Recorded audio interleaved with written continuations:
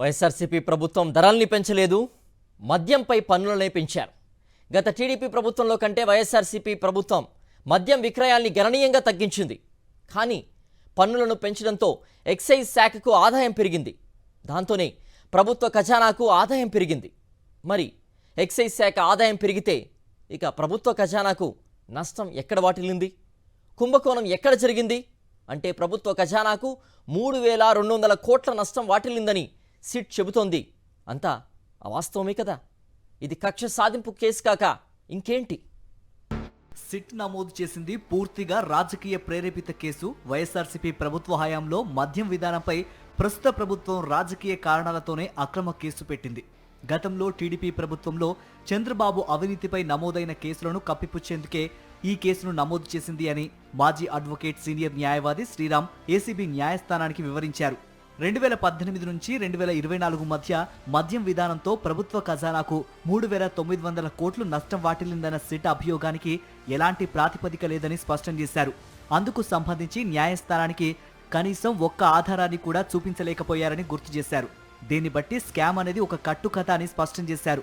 ఈ కేసులో సిట్ అక్రమంగా అరెస్టు చేసిన రిటైర్డ్ ఐఏఎస్ అధికారి కె ధనుంజయ రెడ్డి, కృష్ణమోహన్ రెడ్డి తరపున సీనియర్ న్యాయవాది శ్రీరామ్ విజయవాడ ఏసీబీ న్యాయస్థానంలో వాదనలు వినిపించారు.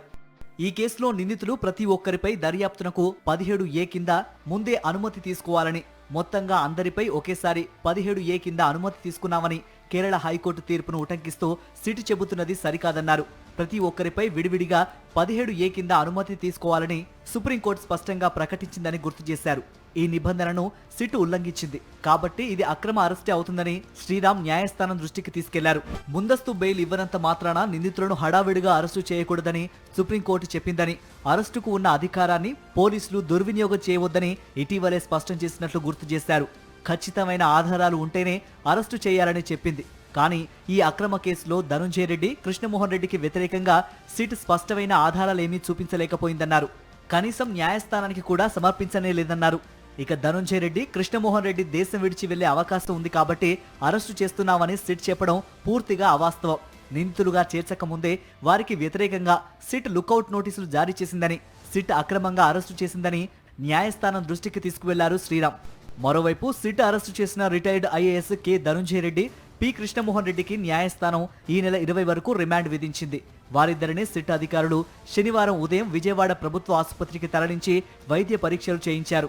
అనంతరం విజయవాడ ఏసీబీ న్యాయస్థానంలో హాజరుపరిచారు. ఇరుపక్షాల వాదనల అనంతరం న్యాయస్థానం రిమాండ్ విధించింది.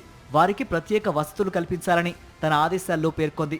అనంతరం ధనుంజయ రెడ్డి, కృష్ణమోహన్ రెడ్డిని సిట్ అధికారులు విజయవాడ జిల్లా జైలుకు తరలించారు.